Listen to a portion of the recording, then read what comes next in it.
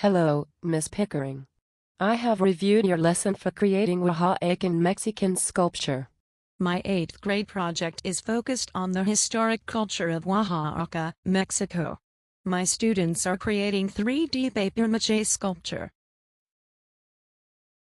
This looks like a great project. I observed the integration of the 4 elements in brain-based learning.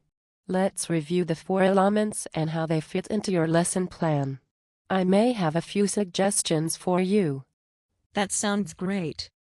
Let us start with approach and whole brain-based learning. How do you balance left and right brain learning strategies? I begin by asking questions to see what my students already know about sculpture, Mexican folk art, and animal legends.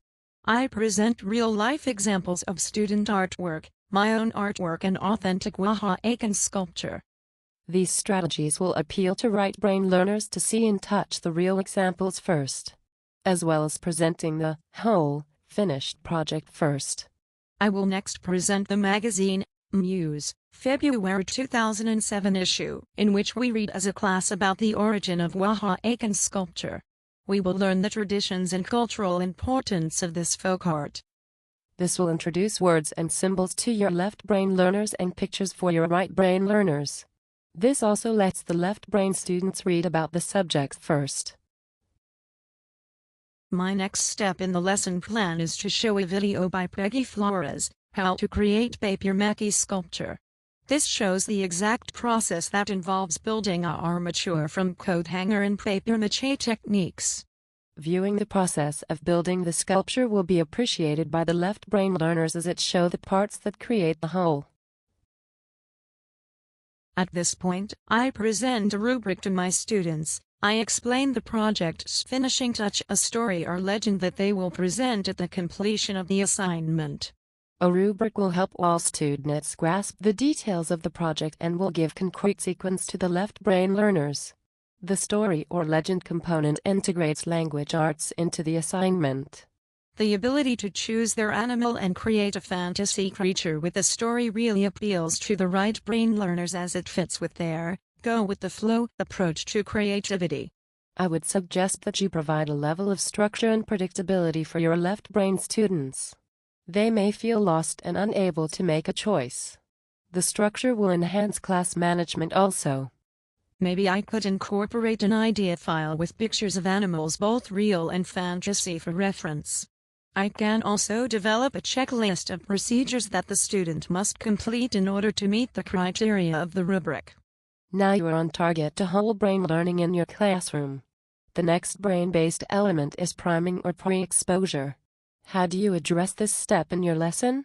I provide pre-exposure by showing real examples, reading the Muse magazine, and showing the video.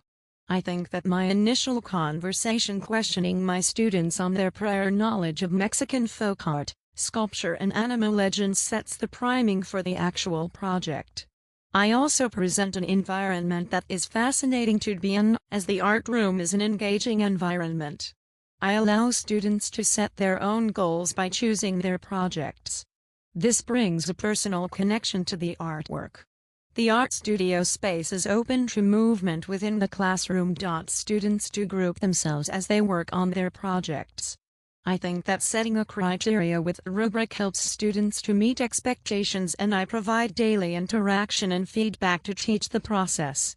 Your priming methods for this project provide your students with activities that will give their brains an overview, and this helps them develop better conceptual maps. Your approach will create an interesting learning environment. You have learners set their own goals by their choice of animal. The open studio allows students to move around, circulating blood flow to increase brain activity, and you state strong, positive expectations through the rubric.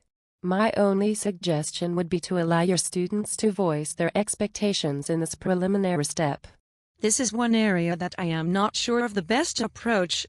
I am open to all student expectations, and I encourage creative problem solving and critical thinking in the design of their animal sculptures, but I am afraid that a student might say, "Why do I have to do this at all?"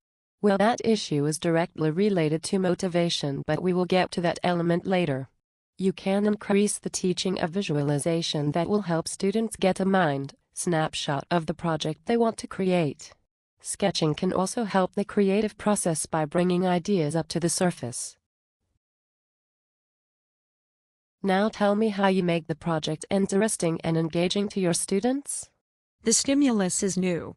Most of my students have not created a large piece of standing sculpture.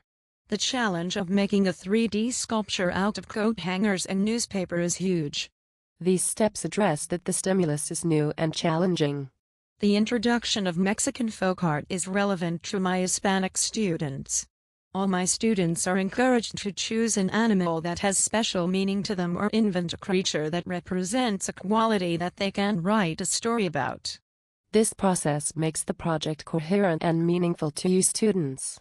The last but one of the most novel approaches that I use is the length of the project.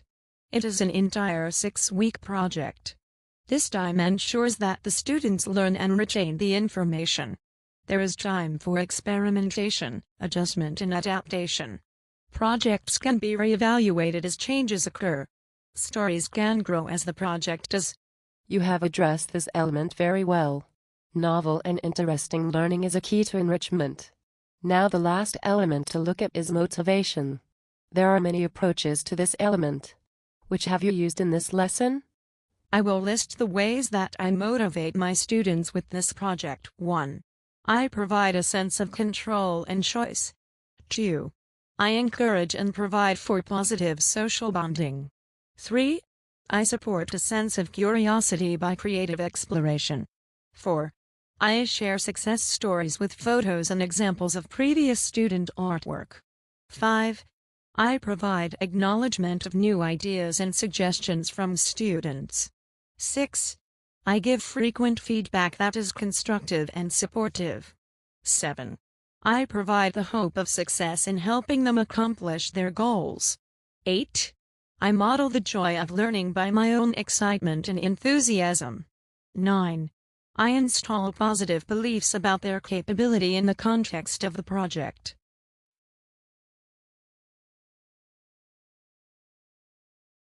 This is great. The motivation that you inspire in your students for this project is wonderful. I would suggest that you look into incorporating student learning styles. This may be a cause for losing a student's interest. What can you provide to appeal to that student's natural learning abilities? You may also examine how you meet your students' needs and goals. I could have students write a reflection at the end of each class. They could determine if they felt success or not, and it will help me identify their individual needs and goals. I must thank you for reviewing my lesson plan and helping me to make a clear assessment of my own approaches. I have a great deal to consider and interpret, but I think I am on my way to teaching whole brain learning in my art room.